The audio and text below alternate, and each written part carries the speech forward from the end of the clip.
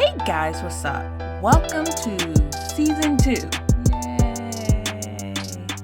Again, no sound effects. The end of January celebrates a full year Architecturalist Political Podcast. Can't believe I survived a year, a whole year.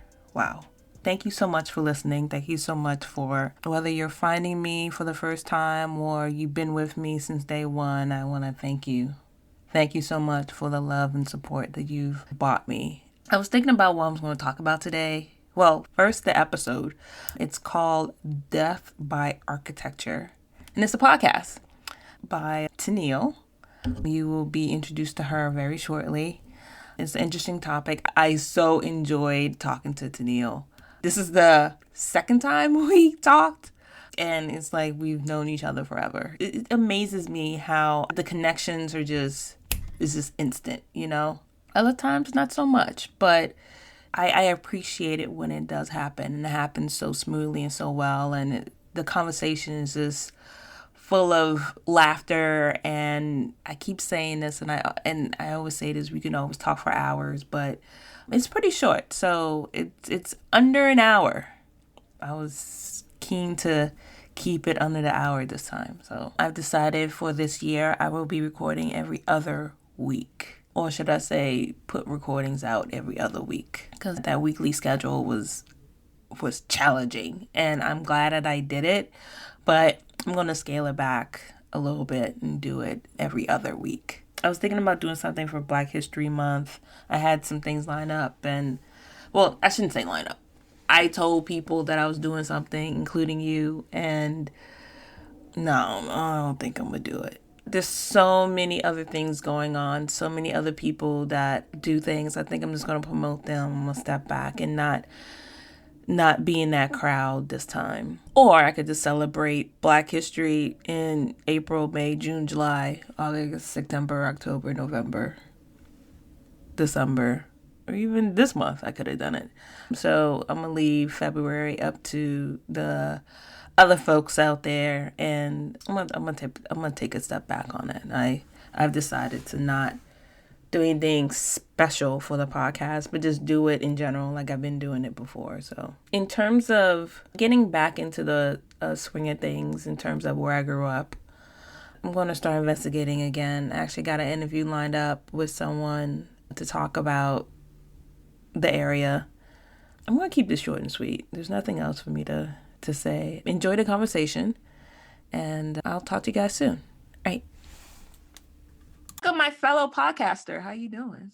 I'm good. How are you? Good. Who are you? Who's this person I'm talking to? Well, my name is Tennille Bedenhausen, and I am from Southern California, born and raised. I live here now. What part of California? I grew up in Long Beach, California, and went to high school in Long Beach and decided to go to Arizona for college because I needed to get as far away from my mom as possible, but be close to come home and do my laundry and visit family. And so Arizona was it. So I went to Arizona State University for architecture and graduated in 2000. Why architecture? Well, my stepdad is a civil engineer. So I grew up he's a oil tanker civil engineer. So I grew up going to oil tankers and seeing his projects. He taught me how to do AutoCAD, which is now thinking back was probably child labor. But I loved doing it. I loved getting an AutoCAD and helping him like kind of move lines around. I had no idea at the time what I was doing, but I knew that I really loved it. And when I got ready to decide what I wanted to do for a living and what to study, I didn't want civil engineering, or what he was doing was super dirty. And I didn't want to like be on an oil tanker. That didn't sound good. Or fun. And so I decided to go into architecture and thought, well, I'll just try it out and see, maybe it's not for me. And the program that I went to, there's a lot of stops to make sure, gut check, is this for you? You get in, it's 2 years, you do a portfolio and a critique and review, and then you're let in for your final years. And I loved it. And I never let it go. I was sure that was what I wanted to do.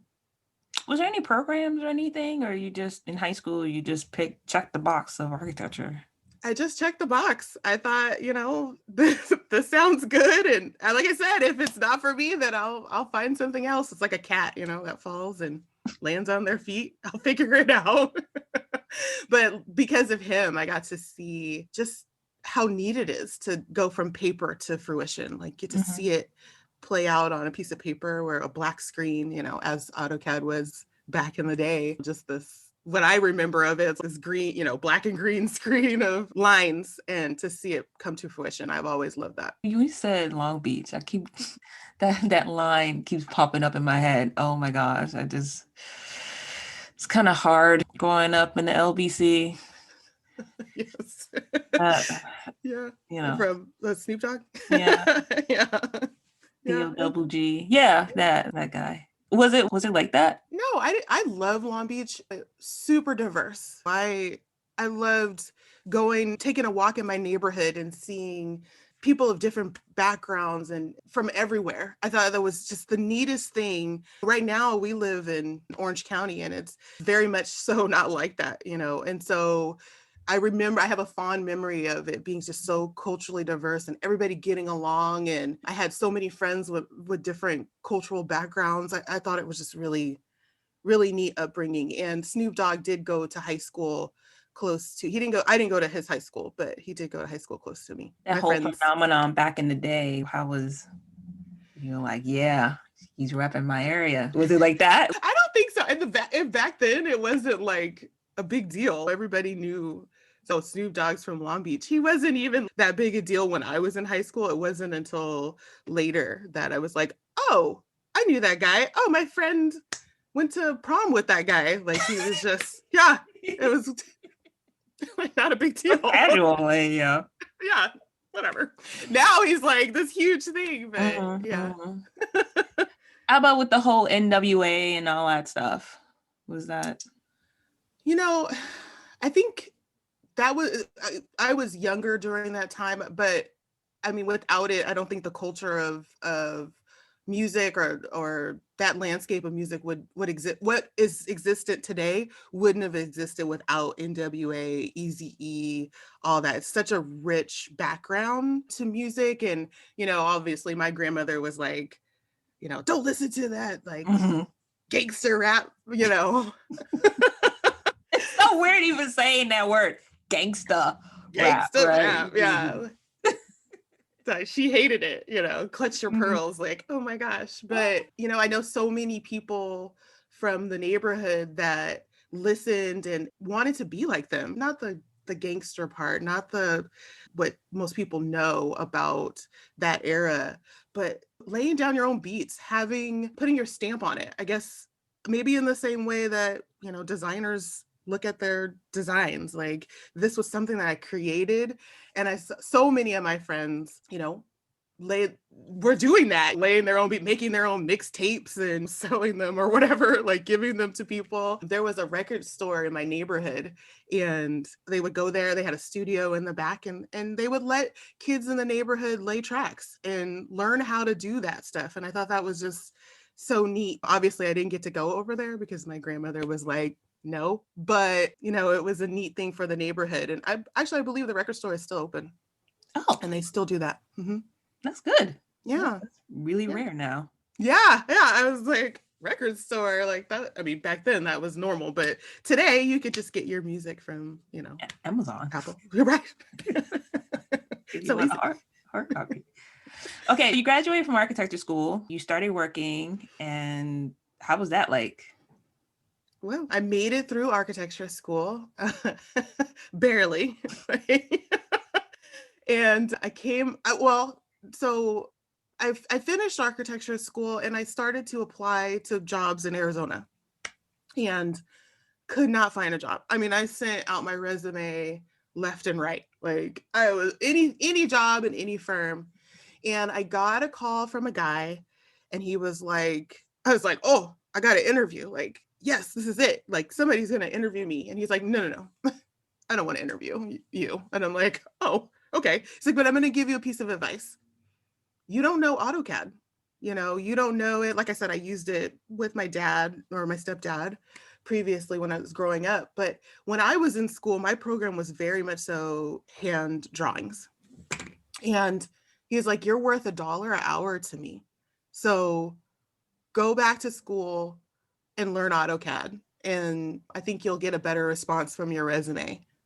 And so I went back to school, did a program, like a graphic design program that had AutoCAD as a learning, course. I learned AutoCAD. I became Autodesk certified. Then I sent out my resume and I was able to get a job. But I decided at that point I was ready to come back to California. So I got my first job in a firm in Southern California, and then so I landed there and I was like, I know AutoCAD. And they were like, we use MicroStation. And I was like, I learned this so that I could get a job. But okay. But I mean, they use both. Translated. Obviously. Yeah, it's easily translatable. That was funny. Like, really? Okay. Who was this man that told you this? Do you know? I cannot go. I went through, all of my emails because I wanted to thank him for, he didn't have to call me. Anything. No, not at all. And I mean, eventually I probably would have figured it out, but kindness of strangers, he called me out of the blue. He said, drop some knowledge on me. And I thought, okay, whatever, guy, but I need a job. And, he changed the course of my career. He made it easier, that's for sure, to get in and get a job. But I don't know who he was. And I have looked it up so that I could reach out to him and see how he's doing, but I don't know who it is. Were you ever bothered or concerned or anything about architects that look like you?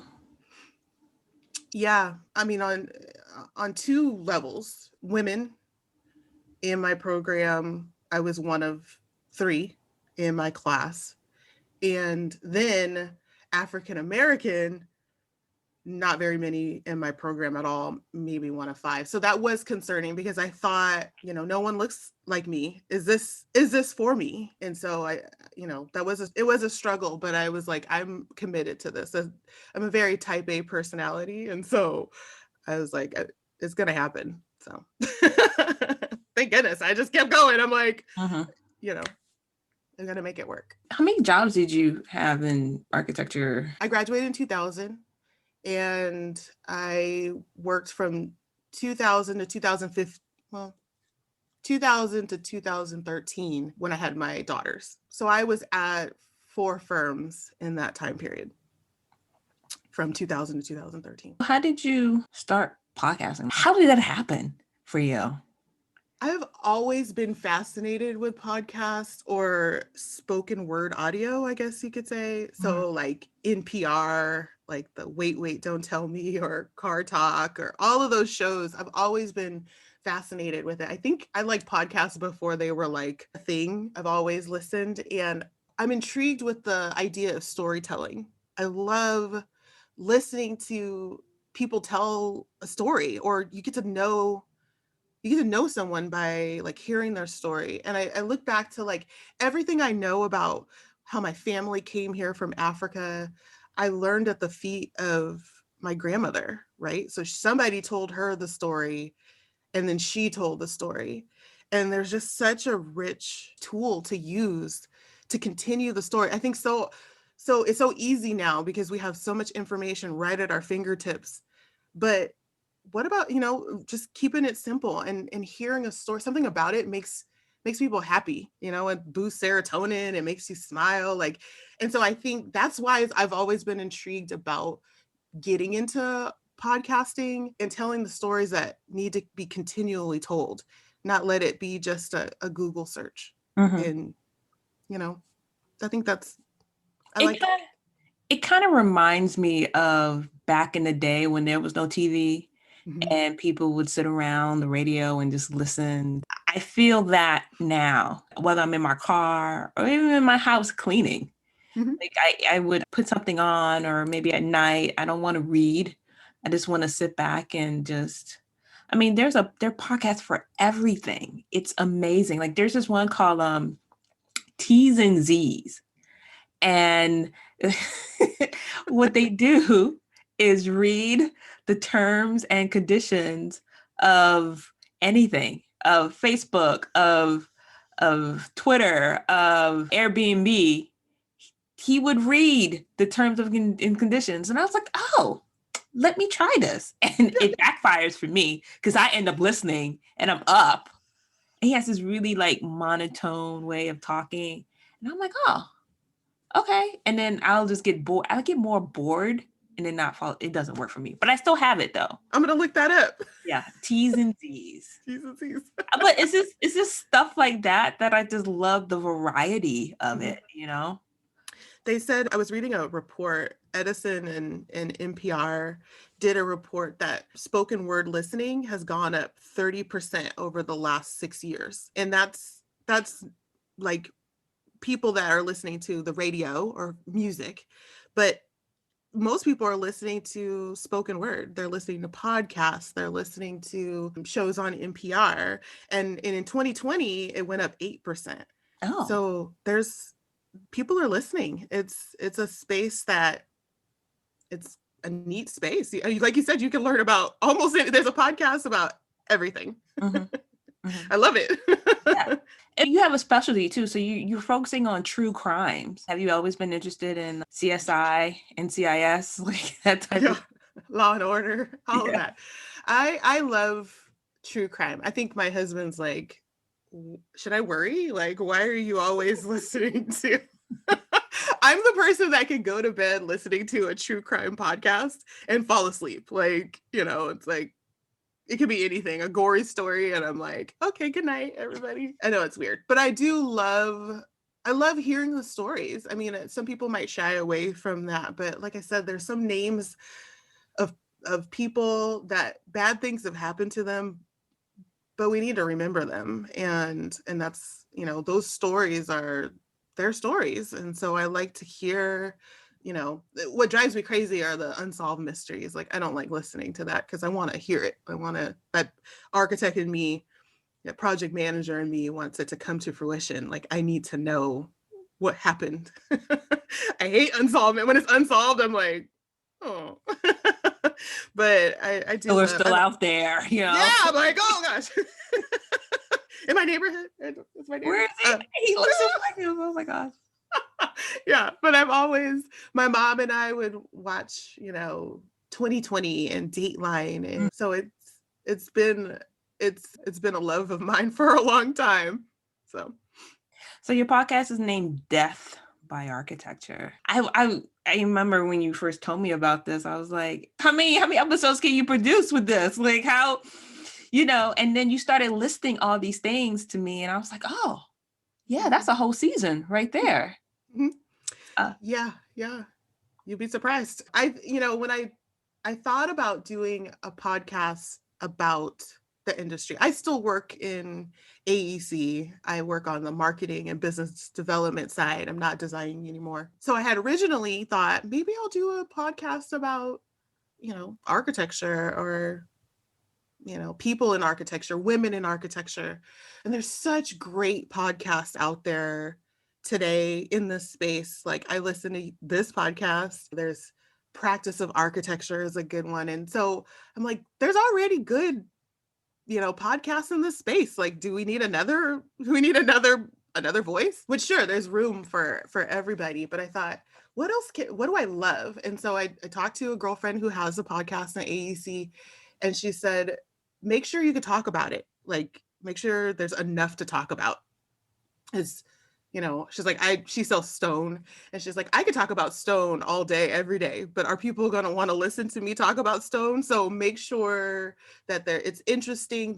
Make sure there's a niche in a niche. And I thought, okay, well, a niche and a niche, like, what am I supposed to do with that? So I'm like, my niche is AEC, but where's the other niche? And then I thought, well, what are my loves? I love wine. And there's a lot of wine and, drinking podcasts, wine and crime, like beer and crime. I was like, but I like crime. Well, what about crime and architecture? It's got to be some true crime. So I did a quick search and I had quite a few stories. And the feedback from the first 2 episodes have been, I never knew that our industry was so salacious. Like, we're just normal people too, I guess. And We die from, yeah. It's who not knew? like, yeah, it's not like the mouse all of a sudden wraps around your throat or anything like that. No. No, it's just the human condition, and the human condition crosses multiple industries. And so I've got quite a few stories up my sleeve. So I'm not at a lack of stories, that's for sure. How'd you do your research? Originally, I researched for the original stories. I knew about them. Like, I mean, I knew Frank Lloyd Wright. I had heard that story a couple of times. And then the last couple of episodes, or so the next ones that are coming out, are people telling me, like, look into this story, have you heard of this story? So maybe it's not as uncommon as people think, because I've gotten so many story ideas from just people in the industry. Like, check out Google, like, crime of the century, and that's, this a story about a principal. There's a movie about it. So there are a lot of stories out there, and I just want them to come organically to me. Like, if somebody sends me an idea, I'll research it and do it, because it's got to be some information out there somewhere. And so that's how I do it. And then I just go through just the typical searches. If I know somebody, I had listened to your podcast, and I was like, I'm going to reach out to her and see what she knows about this story. And so that's what I've been doing. I'd rather find, like, good sources on a story that were acquainted with the story, that knew something about it, than just do a Google search. And that's easy. But I want to hear perspective on the story. I mean, obviously Frank Lloyd Wright, that was a very long time ago. There's not anybody to talk about that story, but I want to hear about the relationships. I want to tell the story in a multi-dimensional way, not just what you can read on the internet. I want to talk about your first episode. You mentioned it, Frank Lloyd Wright. And I heard about this just casual, not casual, but in school or whatever, you end up reading about it and part of your assignment or curriculum or what have you. I was really bothered how they accused this Black guy in killing his family and blame it all on him. Now, like, that's kind of suspect. Why would this Black guy kill these famous white people? Why would he do that? Like, it didn't make any sense to me, right? Right. Yeah, it bothered me too. And I mean, in listening to that's the research that's out there, and the information that's out there is that this Black guy did it. And I searched high and low to see if I can find another angle. That's Julian Carlton is what everybody says happened. He did actually commit suicide after but I know that there was more to that story. It's so old that there's no, like, what happened in there. Like, he was obviously having problems with the staff. Like, there was definite information on the fact that they were arguing, that there was racial tension, that there was a lot of things happening. Even the wife said, they were ready to leave. Like, they were like, we're out of here. We're going to go back to Chicago. And so he was fired, or he quit, or whatever. They were getting ready to leave. So what happens between him, that 2-week time period, is just kind of like, and then he went and killed them for no reason. Like, it doesn't, in my mind, it didn't make sense either. And that's the research that is out there, is that's the narrative, that's what happened. I mean, I had really originally tried to somehow figure out, like, did Frank Lloyd Wright, was he involved? Like, did he tell him, the true crime person, right. Like, I'm gonna find out if, Frank Lloyd Wright has something to do with that. You're telling me he was in Chicago, but no, like, the husband always. But I couldn't connect the dots. There was no, it looks like a plain and simple. He was mad, and then burned down Taliesin. But that was originally, I had heard that story when I was in school, because every architectural history class talks about Frank Lloyd Wright. I went to school in Arizona and half of the campus is, Frank Lloyd Wright. So Mhm. very much so a prominent figure in architectural history at that school. And, that's all I could find. And I really tried hard to see if I could figure it out. I got a true crime sleuth this way. I'm going to find it, but I just couldn't. Aw. Yeah. Yeah. But I mean, it's unfortunate, like, because but what I found interesting is that a lot of my research did not talk about the racial tension that had happened prior to the incident. Like, so a lot you will find out there just says, oh, he went crazy and he killed everybody. But there's a couple of sources that I found that really spoke to the fact that there was racial tension at Taliesin between everybody. It was kind of glossed over at first, but I was like, wait, I see that. So there was something happening there, but I mean, it was so long ago that, not a lot.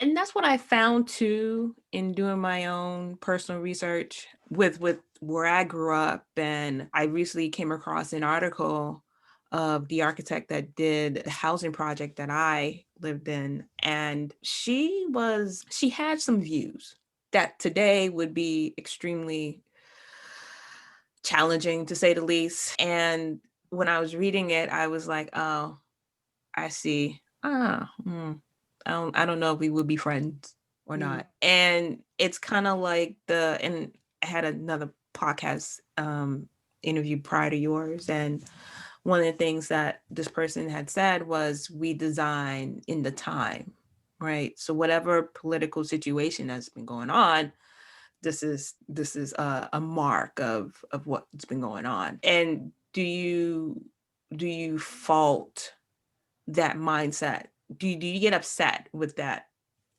Should I be upset at this particular architect for thinking the way she was thinking? Because of the time. Because of the time, Right. like, Right. Negro was still a word commonly used during her time. Right. And the idea that Black people were lazy and Black people are uneducated. And I'm like, well, you didn't let us get educated. So I'm kind of confused at that. But should I fault her for that? And in the same way, we don't talk about that stuff. We highlight the building, but we don't highlight the person. Just like Frank Lloyd Wright, he was an asshole. Oh, absolutely. He's a dick. And so, do you separate the man from his work? I mean, in today's times, we don't do that. No. You get canceled quick by doing that. Now the thing is to cancel people even back in the day. So should she get canceled? Should FLW get canceled? I mean, there's some things that you just don't forget. Like, I mean, once I knew that he was a jerk, I mean, he was an asshole. And that was very common knowledge that he was an asshole. And he cheated on his wife. Like, yeah, booze all over the place. Like, and so that's not International too. Yeah. So, I mean, the funny thing is that when I was researching the story, I had to go back and look at pictures. I'm like, was he that like amazing looking that he had What? international booze? Like, he had side pieces everywhere. And so I'm like, I knew that about him. But you're right. Like, in this culture, do you cancel the architecture part of it? Do you cancel the fact that he designed all these great buildings, but he was also a jerk? So, and what I was saying was that I don't separate those two, right? Every time I look at a building of his, I'm like, like, I know a lot about it. But I mean, it doesn't take away the fact that they were designers and that they were in the space doing that job. They were, we all have, it's the human condition, right? We all have our issues, I suppose. So doing all the research that you've been doing so far, has anything surprised you? I think, yeah, there's been a couple stories. There's a story that I'm working on now, a 16-year-old construction worker. Those stories kind of surprised me. In like 16, you're 16, you're 17 years old, that this poor guy didn't even get to live his life. That's those things surprise me. Some people are just how easily people are just picked from this world. I think that those things always surprise me when I'm like, you're doing your job, you're living your life, but somehow you're picked away from this too soon. And so I think that's always very surprising to me, to hear the stories of like, and that's why I go so much into the history of the person and less of the actual crime. Because some people, if you wanted the bloody, gory, like, and then the head was ripped off and blah, blah, blah, you could find a podcast for that. Like, but I wanted to talk about how it's connected to architecture, the history side, and then how it turned into a crime. And it's always surprising that when you dig down into the story, it's a real these are real people, and some of them are very sad. I mean, all of it is just really sad. Mm-hmm. The reason why we met is you listened to my podcast about Desiree. Mm-hmm. And you worked at Little at one point, but not in the Virginia office. It was another office. So how did that news translate to where you were at that time? So I worked in Little's LA office in 2016 to 2017 to 2019. And so that the crime had happened already prior to me coming to Little. But, Little is it's funny to say this because people are always like, Little is a big family of people. I think once you've worked there, there's a lot of interchanging of staff. There were quite a few people in my office that had worked in the DC office. I worked in Florida, North Carolina, obviously, because that's where their corporate office is. And so a lot of people stay and move around and come start offices and move on. And so there were quite a few people that knew her that worked in the office, and the story was told to me while I was working there, and I was like, what? Like, that's what? And that it was just a brief, like, yes, this happened in our DC office, or in our East Coast office, and it was tragic. And they were to this day very affected by what happened. And they couldn't, the person that told me about it couldn't talk anymore about it, just was like, yeah, and couldn't finish talking about it. And so I was like, oh my gosh, I got to find out. Like, I was intrigued at that point. And it's always been in the back of my head of like, I got to tell the story. I gotta continue to tell the story, because people need to know about it.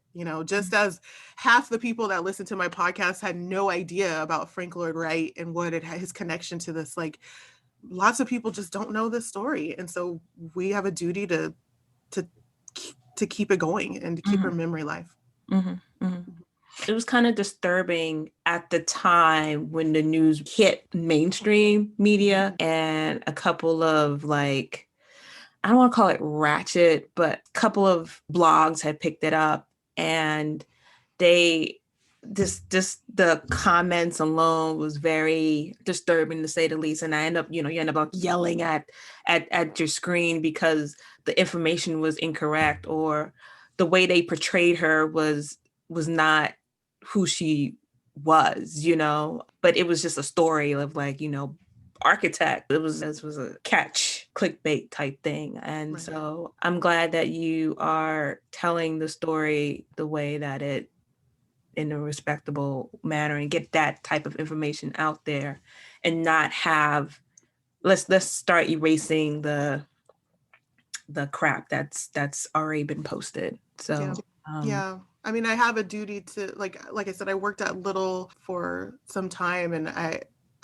love that company. They're a great company. And so I've recognized that the sensitivity of this, like, obviously there's a connection there, that I worked at the company, that'll be a part of the story. And then, she worked there, and just telling her narrative, like, people need to know this story. And like you said, to erase the narrative that's out there, the poorly told story. That's what I'm going to try to do, and be as sensitive as possible, because I want, if anyone were to tell a story about me, I'd want my mom to be able to listen to it and to be the story, right? To tell the story, but to be in a way that would be well received by those that were left behind. And so it's my goal to talk about what's the positive that's happening, from that tragedy, the scholarship fund and the continual education of getting female Black architects into this, more funneled more into the profession. Like, that's awesome. It was a very terrible thing that happened, but there's some good that's happening out of it. And I'm sure that makes her happy. It has to, Some people may, oh, this is so depressing. Have you gotten that, or has anybody said that? Or no, I think, there's going to be some people that, like you were saying, that listen to the terms of service of recovery. Yeah, they're not sponsored by this podcast, but but if you want to, if anybody's listening, come on down. I could tie in architecture's political and T's and Z's. That's right. That's right. But there's something for everybody, right? And some people really enjoy that. Like I said, I'm not in for the gory, I want to tell the story, but I think a lot of the feedback that has been people like to hear the history of, so it's, like I said, it's two-parter, right? It's the history, but there's the crime, but and they're not all death stories. The crime, there's white collar crime as well mixed in there. So, but yeah, some people aren't into true crime, and that's okay, because there's something out there for everybody. Mm-hmm. So we talked about this earlier, when buildings become death. The one that I brought up was the Vessel in New York City. They temporarily closed that down because apparently people are jumping off and killing themselves. And I was trying to think of the other building, but I screwed it. I couldn't find anything, so I'm not going to mention that one. But with the Vessel, the last time I'd been in New York was back in 2018. And my architectural vocabulary is kind of horrible. I mean, it's so when I saw it, I was like, oh, when are they going to finish this? It's just where's the rest? When are they going to put this skin on? What's going on? Where's the facade? I was clueless. I didn't, and I was there for the architectural conference too. I was just I'm not doing a tour of that. Why? I don't want to do a construction tour. And it was almost completed at the time. So sorry. So when I did find out, this is prior to the other news broke, and a lot of, on IG, people were taking photographs of it and sitting up there. And I was just like, that railing is kind of low. I mean, it's the standard height, but I was like, that railing is kind of low. Oh, well, they know what they're doing. And then they closed it down because people were jumping off of it. So I was just thinking about, I bet somebody mentioned this before, or hey, I'm gonna just jump, right? Don't this. And I can imagine the architect. This is me in my head. I've read nothing about this other than the headlines. How we have fall protection here, not so much someone's going to trip over, right, but just wanting to jump over. I wonder, you sit in those project meetings, did anybody bring that up? Hey, this might be a problem. I'm sure I've been in project meetings on projects and I'm like, are we sure I want to do that? I wonder. I can imagine how the architect would fight for these fall protections, because there's these things, the little nets or whatever. Yeah, they'll catch you. I can imagine how that would ruin the entire aesthetic, the whole point of that whole building. It's supposed to be the way it is now, not these random nets all scattered around. It destroys that pretty picture. Yeah, I've done some quick research, and it was 150 feet high.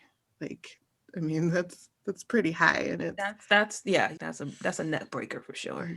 That's for sure. And glass and steel. So I work in the steel industry, so this is definitely right right up my alley for a story for sure. But I'm sure I could find out more information about it. But yeah, it's just a neat structure. Like, I mean, but it's the beehive. What I just saw, like it's very much so like a beehive. Mm-hmm. Very interesting. Mm-hmm. But it only completed in 2019, so it wasn't Yeah. open for very long. Yeah. So I find that really interesting because I think originally we think true crime. It's not a crime. Obviously, it's not a criminal to this building, right? But Is it maybe though? Like, wouldn't you sue the architect for that? Like, wouldn't you? The family? Like, how could you not prevent my kid from jumping? right. This is America. This is in Manhattan, like in the right. middle of right, yeah, right. In a very rich area of New York that they build. It's I mean, we install fall protections on roofs all the time. Like there's this we don't like to put it up there because you don't want to see the railing, but we got to put it up there. And then does it fall on NYC authority to enforce things like this too? Like if they put it in their state code or city code or whatever? Yeah. I mean, yeah, obviously. I think, so all the buildings that I've ever built, I did schools. So obviously there's codes, you got to go through plan review and plan check. Like where was that in this? I don't know. Mm-hmm. But it'd be an interesting story, that's for sure. I do want to thank you for your support of the podcast. And, this is just I will say, like, I've only been in the podcast community for a short time, but it's an awesome community. And the support I've gotten was like, just do it, go for it. Lots and lots of support. And I've joined podcast groups on Facebook. And I mean, just such awesome support. It's amazing. It's like, I'm proud to be a part, like now I'm a part of the podcast community. You're a podcaster. He's like, go do it, go team. And, and I think too, having that voice, being African-American and female and getting into this space, I didn't think there were a whole bunch of us. Like, you don't get to see what we look like when we're talking. And so, but gosh, there's so many. I just joined a Facebook group of African-American or people of color, women of color podcasters. And gosh, there's just so many. It blows my mind. It's like, this is such a neat, awesome community. And I want my girls to see when we rally around each other and we're positive and we're supportive. That's that at the end of the day, if I teach them nothing else, like good architecture aside, or your mom was an architect or did design or loved buildings or whatever, that how you rally around your community, that's what I want to show them. And so it's been neat to be a part of it for even this short of time. And I'm not done yet. I'm not done yet. Have you thought in terms of long term of what the podcast? Yeah. At first I thought, my coworkers actually even asked me this question because this is obviously my thing. Like I work in the steel industry. I'm a business developer, for steel fabricators in the US. And so this is like a side project of mine. And so they were like, we didn't know you were starting a podcast. And I'm like, that was by design because I wasn't sure that I was going to click publish. I just wasn't sure. Don't want to talk about it because what if it doesn't happen? But actually I was interviewed. I was a member of the month for We Opposites Women in Construction Operations. Mm-hmm. And they interviewed me for their newsletter. And I let it slip in that interview that I was going to be, producing a podcast. And she published the name of it and everything. And I was like, oh no, I got to do it now. It's real. Like somebody actually said that it was happening. So to answer your question, like, I didn't go into it thinking how long-term this was going to be. 2020 kind of threw us for a loop because, like I said, I'm a business developer. So everything that I was going to do, like the AIA conference on architecture, Like, I mean, it was going to be in my backyard. It was literally going to be like an hour away. And I was like, this is so awesome.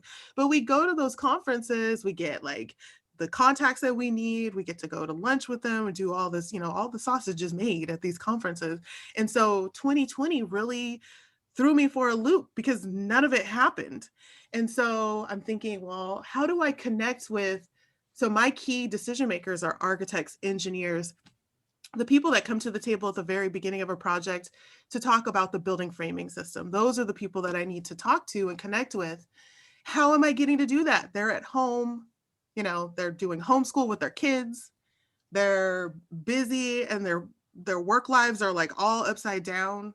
And so the podcast was really, that automated first touch. I don't like cold calling. I'm not a salesperson. I hate cold calling, but I feel like podcasting opens that door. Like, just for me to be able to I listen to you. I felt like I know you because I listened to your podcast. And so I reached out to you like, hey girl, like, can we talk? And you're like, yeah. So I feel like that there was the, like, it's like the first step. There should be no cold calls in 2021. Like, you're right. You should be able to get in contact with anybody you want to with LinkedIn. If you're a good business developer, there should be no such thing as cold calling. But I feel like if it takes people 7 to 8 times to know what you do, why you do it, and to quote unquote buy from you, why can't the podcast be step number 1 or 2? Because now you know my name, now you know who I am, and then the time that I reach out to you, hopefully you've listened to the podcast and you know a little bit about me. There's vulnerability in podcasting. I mean, like, you're putting yourself out there, and I'm like reading the reviews and I'm like, oh my gosh, like, are people going to say something mean? Like, Right. So I feel like the vulnerability is that it's that first step of talking to people. So I don't have a plan. I love it.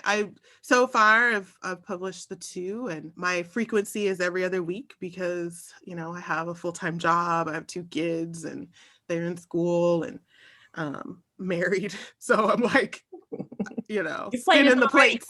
Yes, girl. Yes. So I was like, okay, but I think I could do that frequency. But, this architecture, the AEC community, they go strong for supporting. So I said, being a part of the podcast community has been awesome, but the AEC community has really supported my podcast. Like I didn't think anybody was going to listen to it. And I've got people, architects that are listening to it in the Midwest. Like, the reach is, I only work here in Southern California, but the reach has been amazing. And so it'll be global too, if it hasn't been already. Yeah, there's been a few, in other countries, like in Canada. Canada really likes true crime, apparently.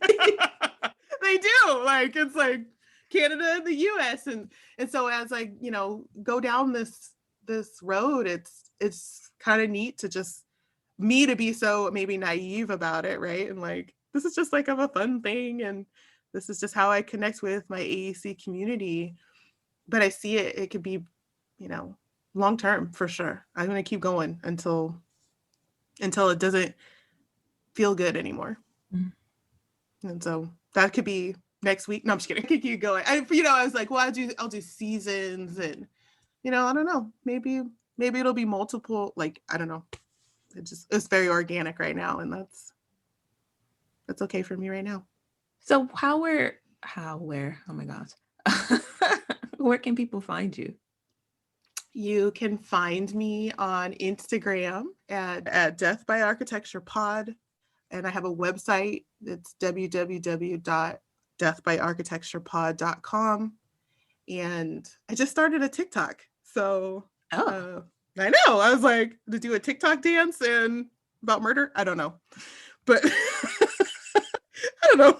I really only have TikTok to follow my daughters and make sure that things are... How old are your daughters? 11. They're 11 and 8. So, wow. Yeah. You got a teenager and an adult.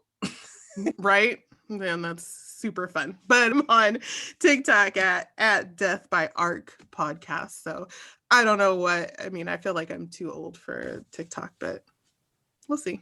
Yeah, I haven't touched that at all, either personally or with this podcast. Because I was like, what am I going to?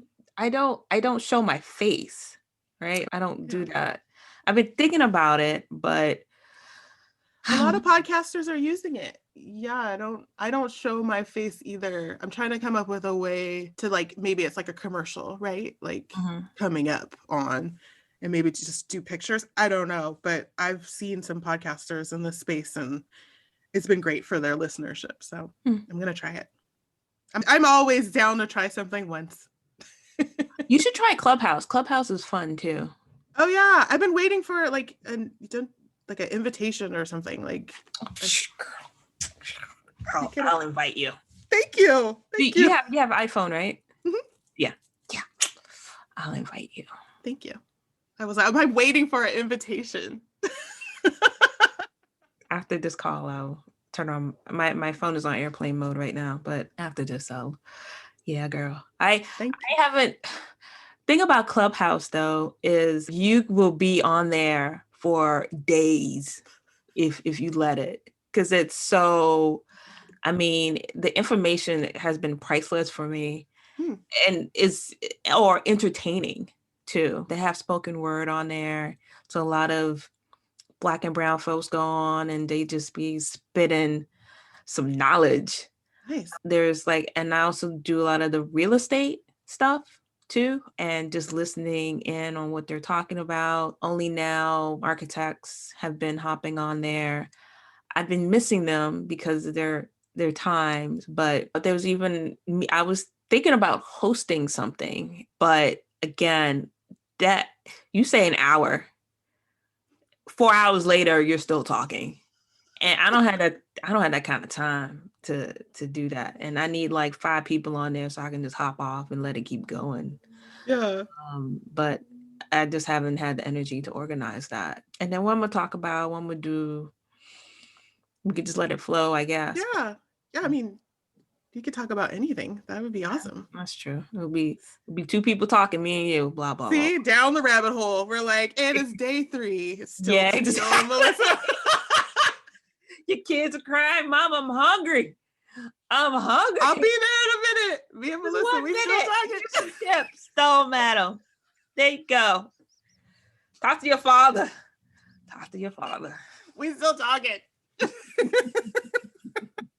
I know. That's my kids are like, who did my personality is very type A. And so I can go to the store and talk to people and they're like, Mom, who was that? I'm like, I don't know. That's just a lady in the spice aisle. Like, I don't know. She just started talking to me. I'm a talker. So maybe that's not a good thing for me. Maybe don't send that invite. All right, Tennille, thank you so much. No, thank you. Thank you. Like I said, I really appreciate your support and, just I feel like we've known each other forever and it's so awesome. Mean, we have. We have. We probably met before in some way, or I don't know. You never know. You never know. Yay. Thank you so much for having me on. I really appreciate it. Thanks for coming. Hey, listeners. I have an exciting announcement. I decided to launch a membership program for the show, where you have a chance to support me and the show directly. I love creating the show, and it means the world to me that you all tune in to keep hearing me week after week. But it takes an immense amount of time and energy to produce. I want to keep the show going, and I want to invest in its growth. And I also want you to become a partner with me in this journey. That's why I'm excited to give you a chance to officially become a supporter of the show at glow.fm/archispolly, ARCHISPOLLY, or by clicking the link in the show notes. It's quick and easy. It takes less than 30 seconds and just takes clicking a link in the show notes and using Apple or Google Pay. You don't have to create any new logins, and you can contribute as much or as little as you like. If this show is part of your day or week, and you like what I'm doing, then visit glow.fm/archispolly, all one word, and support me and the show in any way you can today.